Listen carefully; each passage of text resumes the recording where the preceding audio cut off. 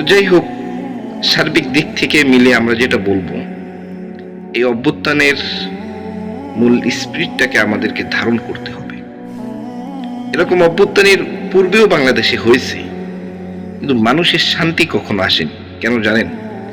কারণ অভ্যুত্থান পরবর্তী মানুষ কখনোই বিপ্লবী হয়ে উঠতে পারেনি। আমরা বলি যে বাঙালি হিসেবে আমরা অনেক সাহসী, কিন্তু বাস্তব কথা হলো আমরা ভীতু, আমরা আবেগপ্রবণ। কেউ আমাকে কিছু বোঝাতে পারলেই আমরা কোনো কিছু চিন্তা ভাবনা করা ছাড়াই তাদের পিছনে ছুটতে থাকি, এমনকি জীবনও দিয়ে দিই। এটাকে সাহসী বলে না? সাহসী সেই যে বিবেক বুদ্ধি দিয়ে কাজ করে এবং অন্যায়ের মোকাবেলা করে। শুধু মৃত্যুবরণ করলেই যে দেশের ভালোবাসা আছে এমনটা না, অনেক সময় এটা আবেগের কারণে হতে পারে। তো আমাদেরকে সজাগ থাকতে হবে। আমরা একেবারেই চুপ করে গেলে তারা আবার পেয়ে বসবে।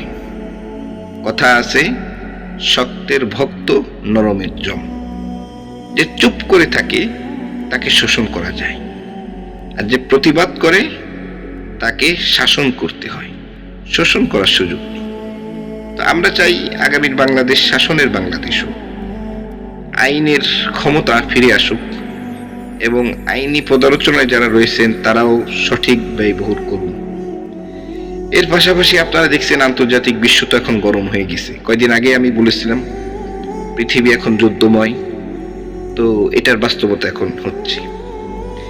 আসলেই আমাদের ১,৫০০ বছরের ইতিহাস আমরা পড়েছি খুব ভালোভাবে। এমন একটা শতাব্দীও যায়নি যে শতাব্দীতে যুদ্ধ বিগ্রহ ছিল না।